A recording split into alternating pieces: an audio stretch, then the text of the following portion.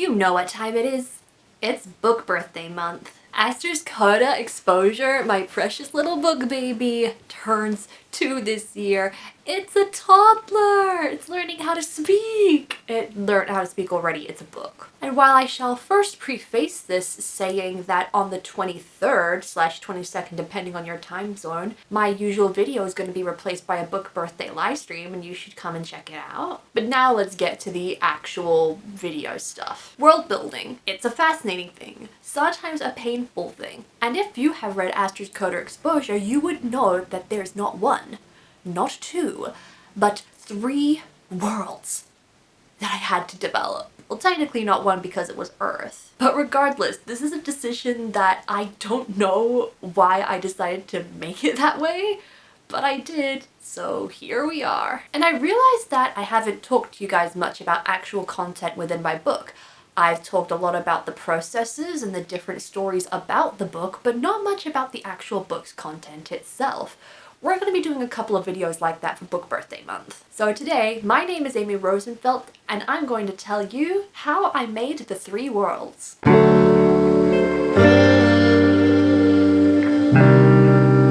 I guess the root of this all would be answering this question.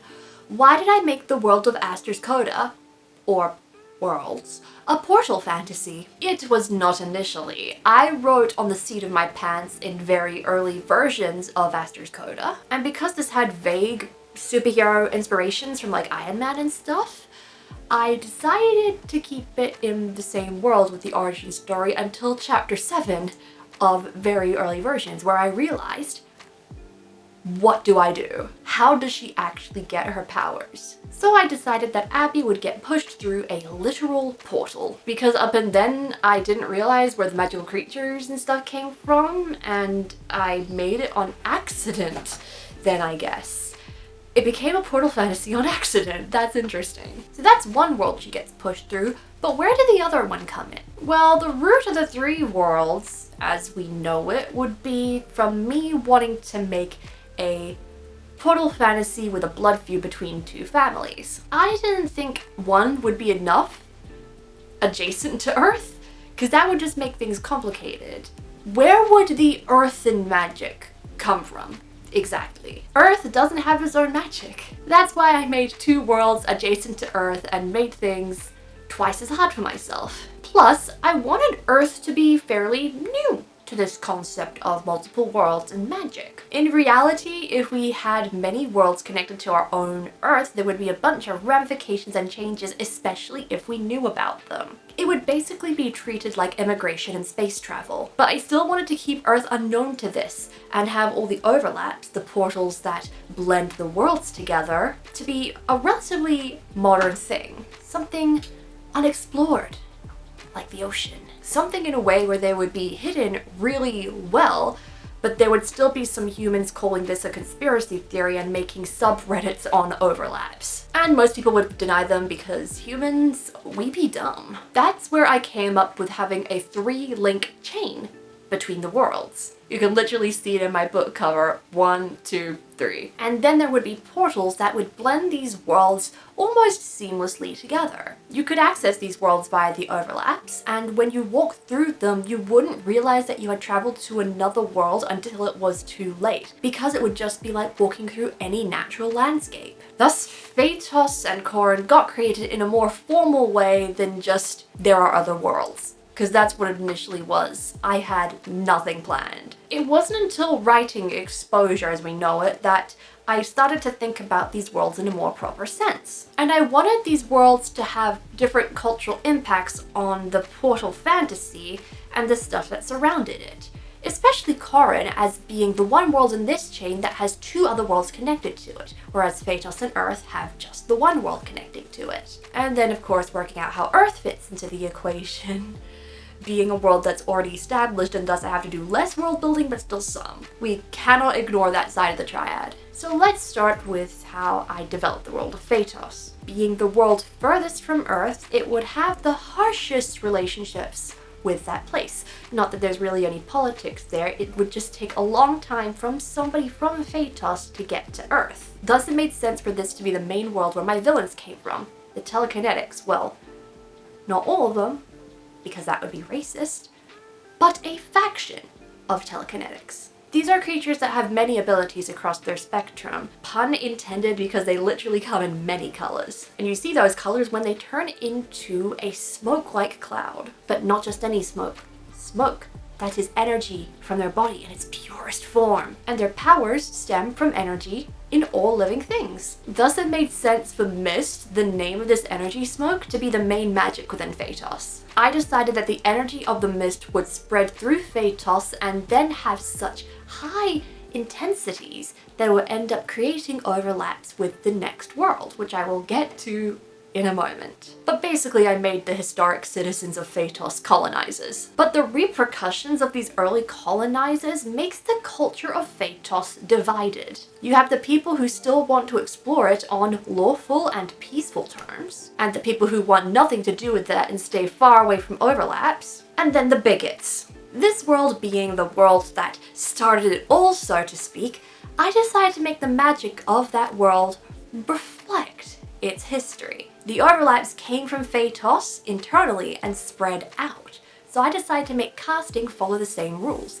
the casting type that is called sorcery. Energy is in every living being in Phaetos, in many different forms. So sorcery is the manipulation of the living essence. This means that magic and health are largely interconnected. And the weaker a body is, the weaker their magic. So intense training needs to be done if you want to be a powerful caster in Phaetos. But let's talk now about Kharon, my favorite of the worlds personally. Why is it my favorite? Because it is a center of multiculturalism. Being a world caught between two others, Kharon, as we know it today, largely gets impacted by what happens in Phaetos as well as what happens in Earth. It embraces the best aspects of each as well as its own history to create something you never have seen before. A welcoming of immigration.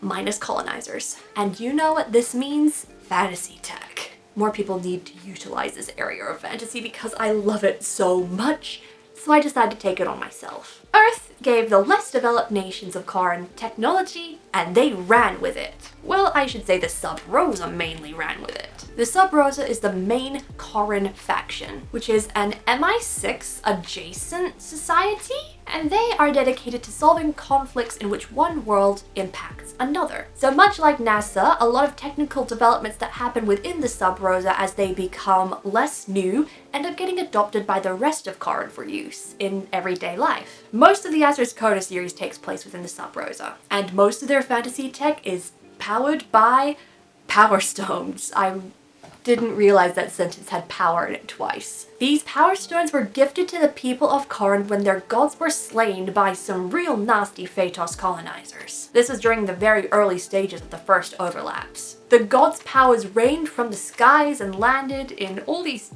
different rocks that got infused with their divine magics. Magics that can control space, time, energy, matter, and spirit. When an existing power reacts with these stones, such as lightning or fire, their abilities get activated. What powers do you ask? Derivation. The casting from Kharon. I was inspired by the druid class in D&D and the histories surrounding druidry in different native cultures, and this casting type and the laws around it came as a result. They channel the elements in and around them to be able to make their own sorts of spells, magics, and abilities. They gently absorb powers from nature depending on their domain, like a bucket collecting water from a dripping tap. This means without any magical charge in their bodies, so to speak, they can still manipulate the world around them if they have a connection to that kind of power. But to conjure something, they need to have spent a long time in its proximity to be able to fill themselves back up again. Now we're going to talk about the world that you already know. Earth. But you don't quite know it like you do in ASTER'S CODA. There's not much to say about its history, you can just go and pick up a history book. But what is their relationship to Phaetos and Kharon, the other two worlds? Well, the helpful thing about the overlaps is that the mist that created these overlaps is constantly flowing into the worlds, and there's enough of it within Earth to cloud the otherworldly stuff from the people who have had no connection to it. That is, until they get exposed to too much of it. Oh wow, Amy, is that how you came up with the name of your book? Yes. Yes, it is. Thank you for noticing. I make it quite obvious with the ASTER'S CODA series. This series name is mysterious, but the book name is very obvious. You can tell where it comes from. Exposure is when they start to see these things that are otherworldly. Beings with weird skin, the magic that they use. But they don't see like the mist everywhere. The mist is only visible if it's from a telekinetic. There are a lot of conspiracies that are created from Three Worlds bullshit, including the Bermuda Triangle. It's a water-based overlap that takes Earth people to Karen.